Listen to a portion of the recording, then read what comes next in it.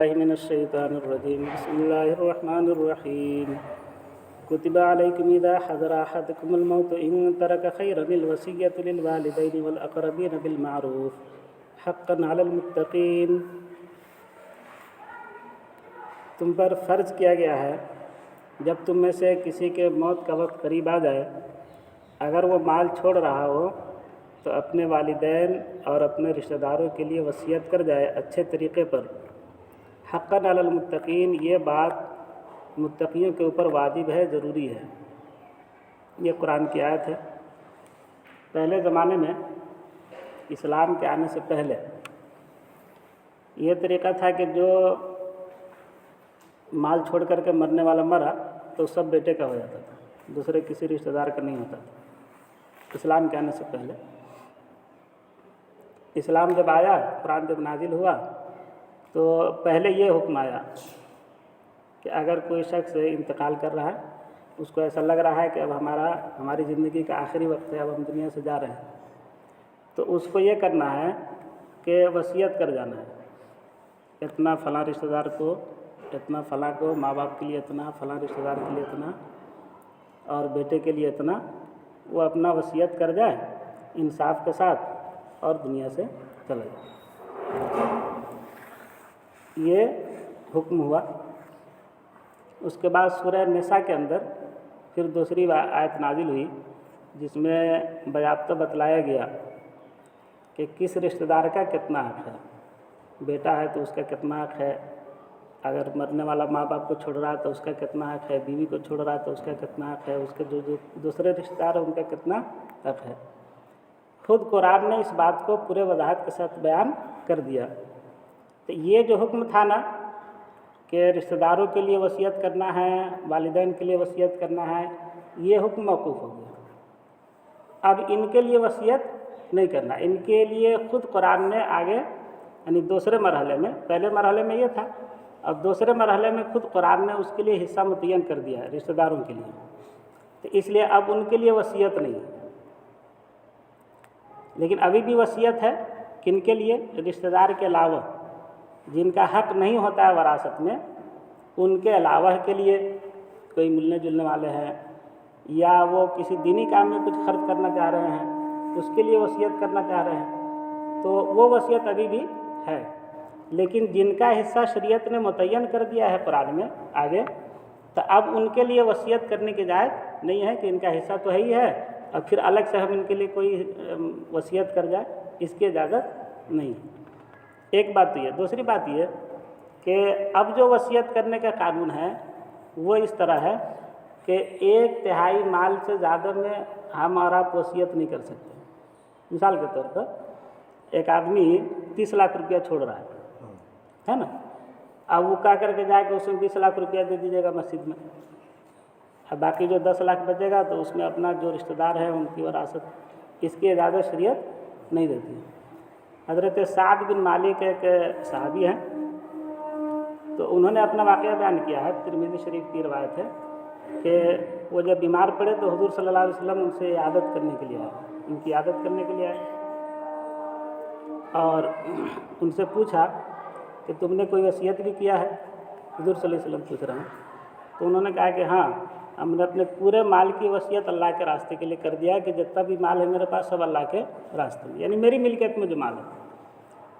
تو حضور صلی اللہ علیہ وسلم نے کہا کہ تمہارے وارث جو ہے، بیٹے پوتے، تو انہوں نے کہا کہ الحمدللہ ان کے پاس بہت ہے، ان کو اللہ نے بہت دیا ہے، ضرورت نہیں ہے۔ حضور صلی اللہ علیہ وسلم نے کہا کہ نہیں،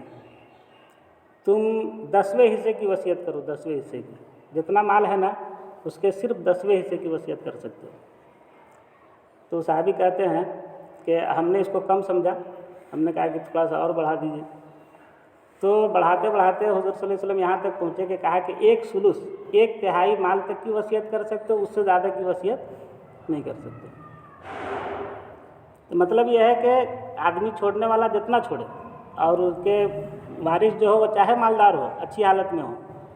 لیکن اس کے باوجود 1/3 مال سے زیادہ کی وصیت نہیں کر سکتے۔ 1/3 مال ہی کے اندر کسی کے لیے وصیت کرنا ہے، کسی کو کار خیر میں لگانا ہے، یا اور کوئی وارث کے علاوہ کوئی دوسرے لوگ ہیں جو ان کے رابطے میں ہیں،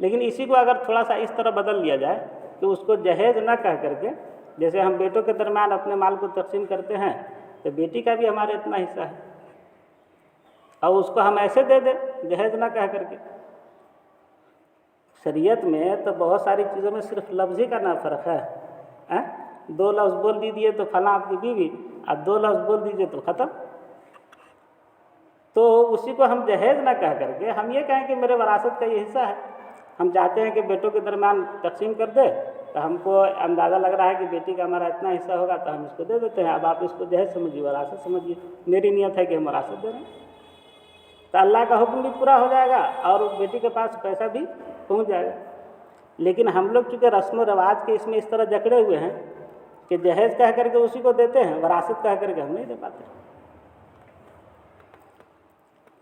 آگے ہے فَمَن بَدَّلَهُ بَعْدَ مَا سَمِعَهُ فَإِنَّمَا اسْمُهُ عَلَى الَّذِينَ يُبَدِّلُونَ، جو شخص اس کو بدل دے اس کے سننے کے بعد تو اس کا گناہ اس شخص پر ہوگا جو اس کو بدل دے۔ کیا مطلب ہوا؟ جیسے جس وقت وصیت کرنے کا طریقہ تھا کہ وصیت کر کے مرنا ہے نا، تو اب اس وقت کسی کو وصیت کیا گیا، ماں باپ کو یا دوسرے رشتہ دار کو، کہ آپ کو اتنا پیسہ، میری وراثت کا اتنا پیسہ آپ کو ملے گا، اتنا مال ملے گا، کر دیا۔ اب وہ شخص جو ہے بعد میں اس کو بدل دیتا ہے کہ نہیں، ہمارے لیے جو ہے نا اتنے کی وصیت کیے تھے۔ مثال کے طور پر مرنے والا یہ کہہ کر کے جا رہا ہے کہ فلاں جگہ کی 2 کٹھا زمین آپ لے لیجیے گا، اور یہ جو ہے بعد میں بیان کر رہا ہے کہ نہیں، ہم کو کہے تھے فلاں جگہ کی بھی لینا ہے 2 کٹھا اور فلاں جگہ والے بھی 2 کٹھا تم کو لینا ہے، تو اب بات کو بدل دیا۔ تو کہتے ہیں اگر اس طرح کوئی وصیت کو بدل دے تو یہ بدلنے والا گناہ گار ہوگا، وصیت کرنے والا تو کر کے چلا گیا، یہ بات کو بدل رہا ہے تو اس بات کے بدلنے کا گناہ اس کے اوپر ہوگا، بدلنے والے کو۔ ان اللہ سمیع علیم، بے شک اللہ تعالیٰ سننے والا اور جاننے والا ہے۔ اللہ تعالیٰ تو سب سنے، اس نے جو وصیت کیا اللہ اس کو بھی سنے، اور اس وصیت کو جو بدل دیا اللہ اس کو بھی جانتا ہے۔ تو اصل میں اللہ تعالیٰ کا خوف آدمی کے دل میں ہونا چاہیے کہ اللہ تعالیٰ تو سب جان رہے ہیں، اگر ہم ابھی وصیت کو بدل کر کے جتنے کی وصیت کیا ہے اس سے زیادہ بیان کر کے ہم تھوڑا سا زیادہ لے لیں گے تو اللہ کیا تو ہم پکڑے جائیں گے۔ اللہ تعالیٰ تو سب جان رہا ہے، وصیت کرنے والا مر گیا ہے، اللہ تعالیٰ تو زندہ ہے نا۔ فمن خاف من موص جنفا او اثما فاصلح بینہم فلا اثم علیہ ان اللہ غفور رحیم۔ اب ایک بات یہ کہہ رہے ہیں کہ ہاں ایسا ہو سکتا ہے کہ کسی کو یہ شبہ ہو کہ وصیت کرنے والا جو ہے، مرنے والا جو وصیت کر رہا ہے، تو اس کو شبہ ہو کہ یہ وصیت کرنے میں جان بوجھ کر یا نادانی میں کچھ غلطی کر جائیں گے۔ وصیت کرنا تو یہ کس کے لیے کتنا کر جائیں گے، کتنا اس کا خوف ہے ان کو۔ تو ہوتا نا کبھی کسی کے دباؤ میں، کبھی کسی کی طرف جھکاؤ زیادہ ہوتا ہے، اولاد بھی ہوتی ہے نا، تو اس میں بھی والدین کا جھکاؤ کسی 1-2 اولاد کی طرف زیادہ ہوتی ہے۔ تو اگر اس طرح کا کسی کو خوف ہے کہ وصیت کرنے والا غلطی کر جائے گا یا غلط فہمی میں وہ زیادہ کی وصیت کر جائے کسی کے لیے، کسی کا حق مارا جائے گا، تو اس موقع سے کوئی اصلاح کرنے والا ہو، دونوں کے درمیان سمجھانے والا ہو ان کو بھی کہ نہیں آپ اس طرح نہیں کیجیے، اور ان کو بھی سمجھانے والا ہو، ان کو تو یہ سمجھائے کہ آپ کے لیے اس طرح کرنا مناسب نہیں ہے، دوسرے رشتہ دار کا حق مارا جائے گا، اور ان کو یہ سمجھائے کہ دیکھو مال تو ان کا ہے، تو ہم کوشش کر رہے ہیں کہ وہ بے انصافی نہ کرے، لیکن اگر تھوڑی سی کمی بیشی ہو جائے تو اس کو تم بھی برداشت کرو، ان کی بھی کچھ مرضی رہنی چاہیے۔ اس طرح دونوں کے درمیان کیا کرا دے، صلح کرا دے، تو اس پر کوئی گناہ نہیں۔ فمن خاف من موص جنفا او اثما فاصلح بینہم فلا اثم علیہ، جو شخص کسی وصیت کرنے والے کی طرف سے جنفن نادانستہ غلطی، نادانستہ غلطی کا مطلب کہ نہ جانتے ہوئے یعنی غلط فہمی میں کوئی غلطی کر جائے، او اثمن یا جان بوجھ کر کوئی غلطی کا اندیشہ کرے، فاصلح بینہم پھر ان کے درمیان صلح کرا دے، فلا اثم علیہ تو ان پر کوئی گناہ نہیں ہے، یعنی یہ صلح کرانے والے پر کوئی گناہ نہیں ہے۔ پہلے بات تھی کہ بدل دیا جو بدلنے والے پر گناہ ہے۔ ان اللہ غفور الرحیم، بے شک اللہ تعالیٰ بہت مغفرت کرنے والا، نہایت مہربان ہے۔ یہ کہنے کی ضرورت اس لیے پیش آئی کہ عام طور پر اس طرح کے جو مسئلے ہوتے ہیں نا، اس میں کہیں نہ کہیں جھکاؤ کی وجہ سے کچھ نہ کچھ کمی بیشی ہو جاتی ہے، تو اللہ تعالیٰ کہتے ہیں کہ اگر جان بوجھ کر کے ایسا نہیں کیا ہو، ہے نا، اور اگر کر کے اس پر پچھتاوا اس کو ہو، فإن اللہ غفور الرحیم، تو اللہ تعالیٰ بہت بخشنے والے ہیں، نہایت مہربان ہے۔ انسان سے جو غلطی ہوتی ہے تو اللہ تعالیٰ اس کو بخشنے کے لیے تیار رہتا ہے، لیکن انسان کو اس کا احساس کرنا پڑتا ہے کہ ہم سے کوئی غلطی ہوئی ہے یا ہم سے اللہ کی جناب میں کوئی زیادتی ہو رہی ہے۔ اتنا احساس کرے تو اللہ تعالیٰ بہت بخشنے والے ہیں، نہایت مہربان۔